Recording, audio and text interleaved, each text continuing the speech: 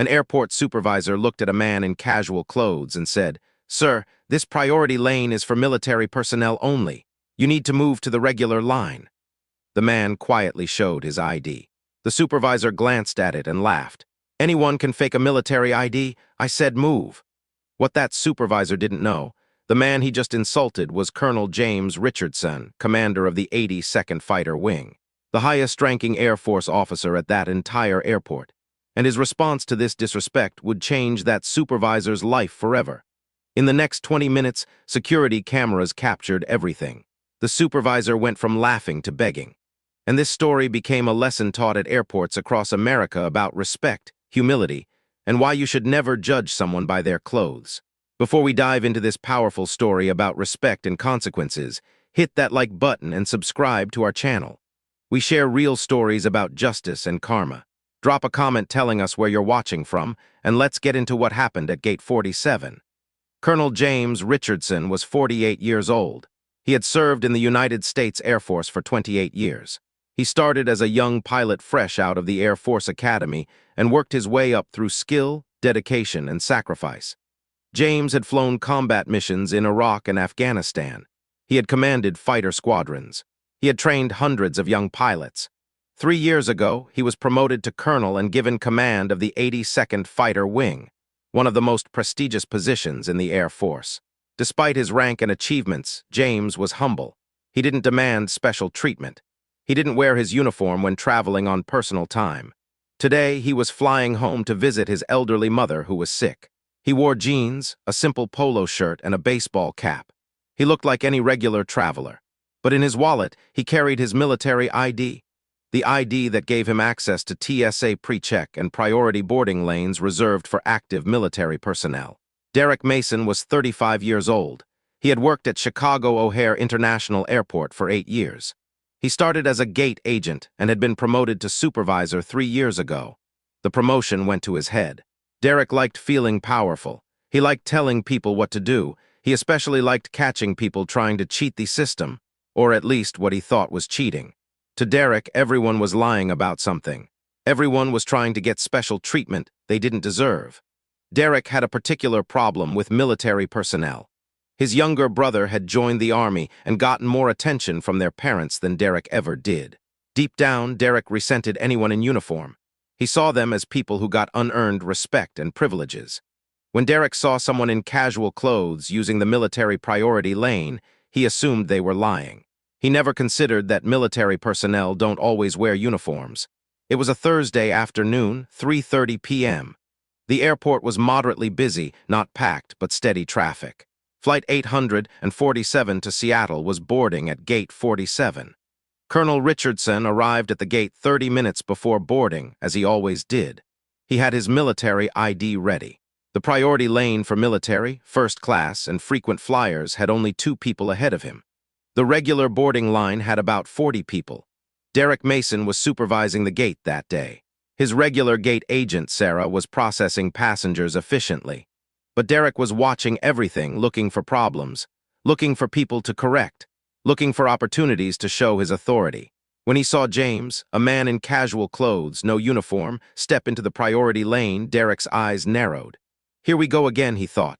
Another faker trying to skip the line. Derek had no idea he was about to make the biggest mistake of his career. James stood in the priority lane, relaxed and patient. He checked his phone, reading a text from his mother's nurse. His mother was stable but asking when he'd arrive. Derek walked over quickly, his supervisor badge gleaming on his chest. "Excuse me, sir," he said loudly, making sure others could hear. "This lane is for military personnel, first-class passengers, and elite frequent flyers only. Which category are you?" James looked up calmly. "I'm active duty military." He reached for his wallet to show his ID. Derek crossed his arms. "You're not in uniform." "I'm traveling on personal time," James explained patiently. "Military personnel don't have to wear uniforms when traveling for personal reasons. Here's my ID." James held out his military ID card. Derek took it and barely glanced at it. "This could be fake. Anyone can make a fake ID these days." Sarah, the gate agent, spoke up nervously. "Mr. Mason, that looks like an official." "I'll handle this, Sarah." Derek cut her off. He looked back at James. Sir, I need you to move to the regular line. This priority lane is for legitimate military personnel. James stayed calm, though his jaw tightened slightly. That is a legitimate military ID. It has my name, rank, and identification number. You can verify it if you'd like. Oh, I'm sure it has all the right details, Derek said sarcastically. But I see this all the time. People print fake IDs, flash them quick, and hope we don't notice. Well, I notice. Now move to the back of the regular line before I call security. Several passengers in both lines were watching now. Some looked uncomfortable. An elderly veteran in line behind James spoke up. Son, that ID looks real to me. I carried one just like it for 30 years. Derek spun toward him. Sir, please mind your business.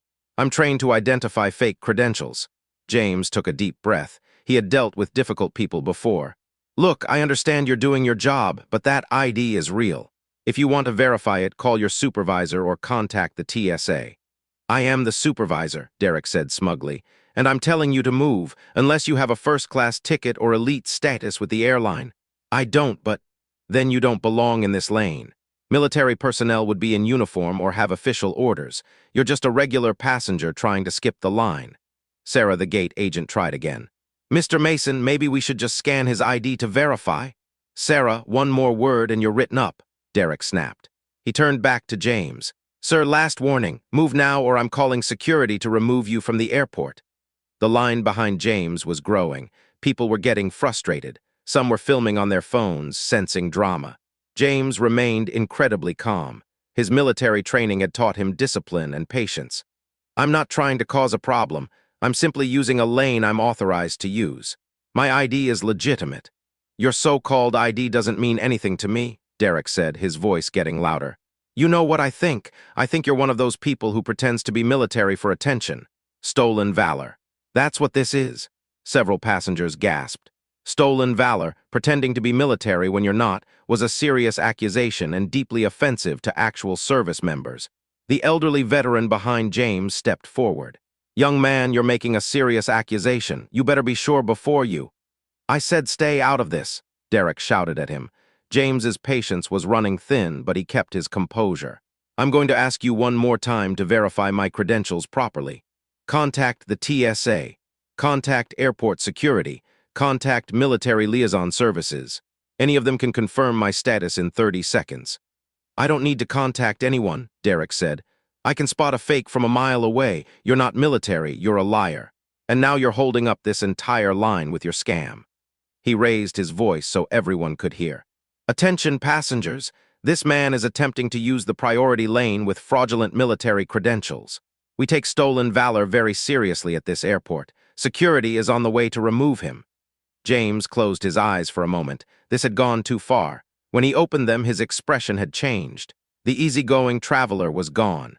In his place stood a colonel who commanded fighter wings. I need to speak with the airport director, James said quietly but with unmistakable authority. Now, Derek laughed. The airport director doesn't have time for people like you. Security will escort you out, and you'll be lucky if you're not arrested for fraud. I strongly suggest you call your superior, James said, his voice calm but steel-edged. Because when the airport director finds out you refused to verify legitimate military credentials and accused a colonel of stolen valor, you're going to wish you had made that call.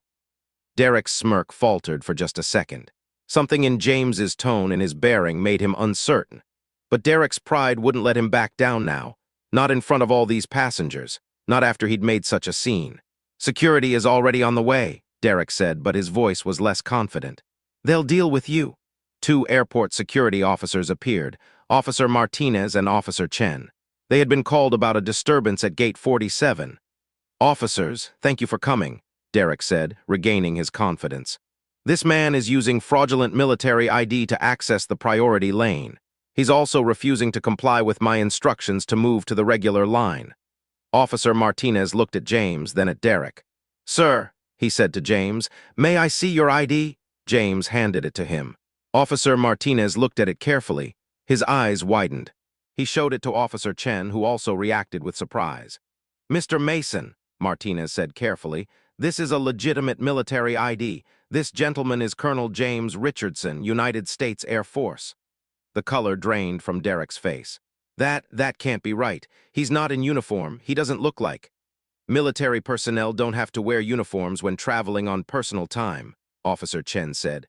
Sir, he turned to James, we apologize for this situation. You are absolutely authorized to use this lane. Derek's hands started shaking.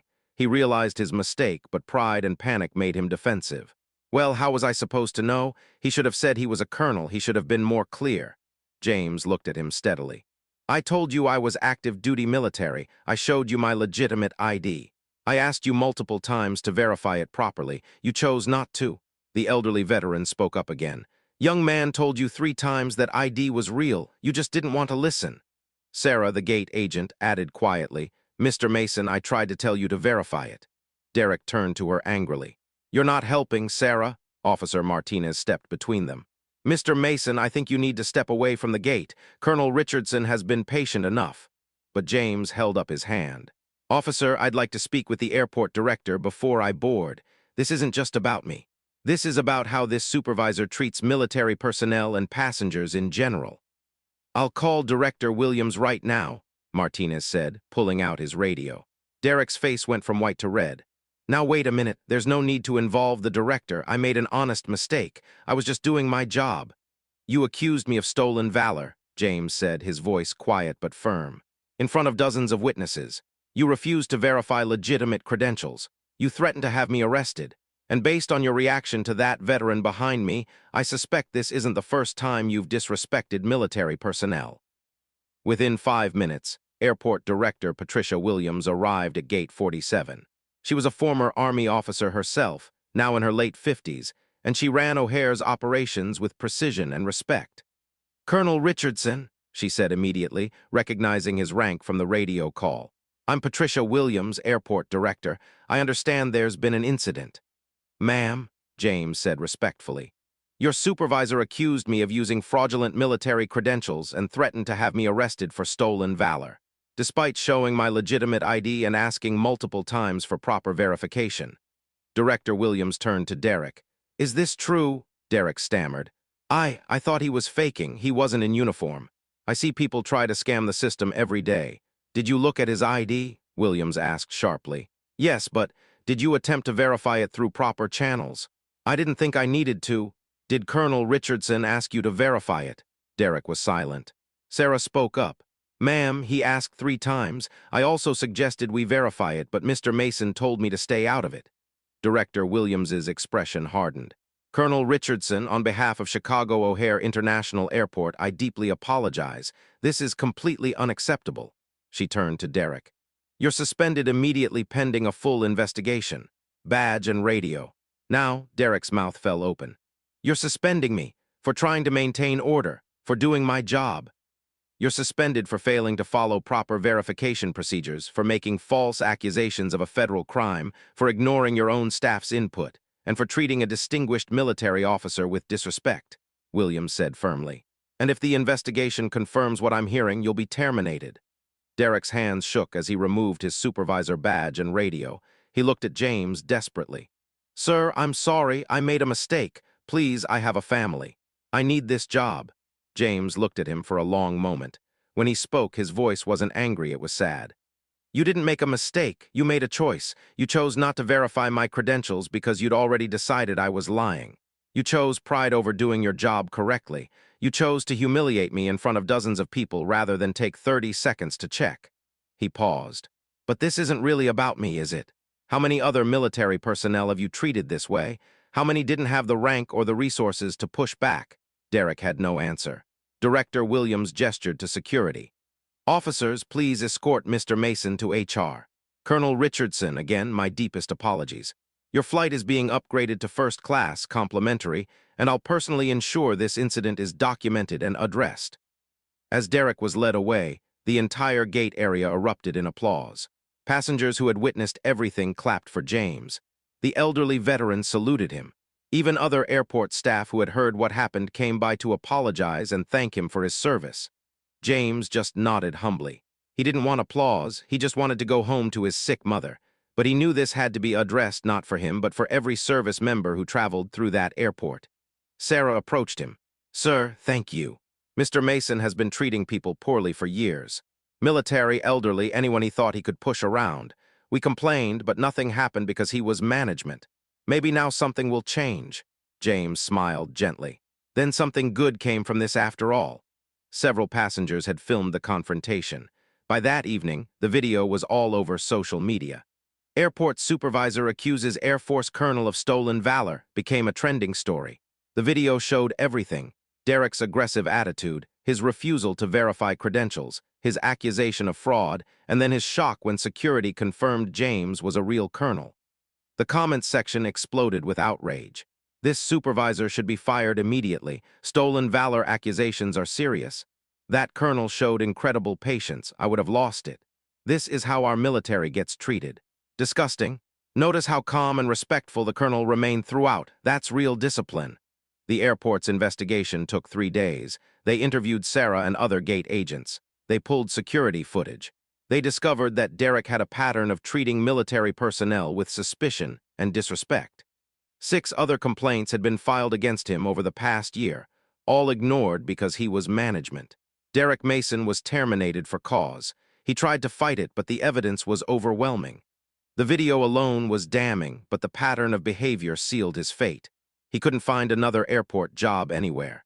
The video had made him infamous in the industry. Eventually, he had to move to another state to find any work at all. Colonel Richardson gave one interview to a military news outlet. The reporter asked if he was angry about how he'd been treated.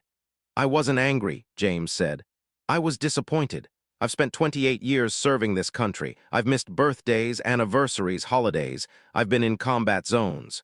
I've commanded men and women who risk their lives every day. To be accused of lying about that service, yes, it hurt." "What do you think should happen to Derek Mason?" the reporter asked. James was quiet for a moment. "I think he should reflect on why he assumed the worst about people. Why he couldn't take 30 seconds to verify something. Why pride mattered more to him than accuracy. I don't take pleasure in his losing his job. But actions have consequences, and he chose his actions." The interview was viewed over 3 million times. People praised James's grace and wisdom. Director Patricia Williams didn't stop at firing Derek. She implemented major changes across O'Hare Airport. First, mandatory training for all staff on verifying military credentials. Every employee would learn what legitimate IDs looked like and how to verify them properly. Second, a new policy: any question about military status must be verified through official channels before any action is taken. No more relying on assumptions. Third, a direct complaint line for military personnel. If they felt disrespected, they could report it immediately to senior management. Fourth, quarterly reviews of all customer service complaints involving military members. Patterns of disrespect would be identified and addressed quickly. Sarah was promoted to supervisor. She had tried to do the right thing, and Williams wanted people like her in leadership. Other major airports across the country heard about the incident. Many implemented similar policies. The story became a case study in airport management training programs. The O'Hare incident, when assumptions replace verification. The bigger message: the story spread far beyond airport management. It became a lesson shared in military communities, business schools, and customer service training programs across America. The lessons were clear: never judge by appearance. Colonel Richardson looked like any regular traveler. Derek assumed that meant he couldn't be military. Appearance tells you nothing about who someone really is or what they've accomplished. Verify before you accuse. Derek could have solved everything in 30 seconds with a phone call or a scanner. Instead, he chose assumption over verification. That choice cost him his career. Pride is dangerous. Even when multiple people told Derek he was wrong, James, Sarah, the elderly veteran, his pride wouldn't let him listen. Pride made him double down on a mistake instead of correcting it. How you treat people matters. James had power, rank, authority, connections, but he didn't use it to bully Derek or demand immediate retribution. He stayed calm, asked for proper process, and let the system work. That's real strength. Respect isn't about uniforms. Military personnel serve whether they're in uniform or not. Veterans carry their service forever, even in civilian clothes. Respect should be given based on action and character, not appearance. A year later, Colonel Richardson retired from the Air Force after 29 years of distinguished service. At his retirement ceremony, he told this story to the young officers in attendance. "That day at the airport taught me something important," he said. It's not about the disrespect one man showed me. It's about how we respond to disrespect. I could have pulled rank immediately. I could have yelled. I could have made that supervisor feel small. But what would that have accomplished? Would it have made him a better person? Would it have changed the system? Instead, I stayed calm. I followed proper channels. I let the facts speak for themselves. And because of that, real change happened. Not just for me, but for every service member who travels through that airport. That's the real victory, not winning an argument, but changing a system. The young officers applauded. They understood. It wasn't about ego or pride. It was about making things better for those who come after you. If this story moved you or taught you something valuable, hit that like button and subscribe to our channel right now. We share real stories about respect, justice, and standing up for what's right. Drop a comment and tell us, have you ever been judged unfairly based on your appearance? How did you handle it? Hit that notification bell so you never miss when someone learns that respect matters more than assumptions. Thanks for watching, and remember, the uniform doesn't make the soldier. Character does. See you in the next story.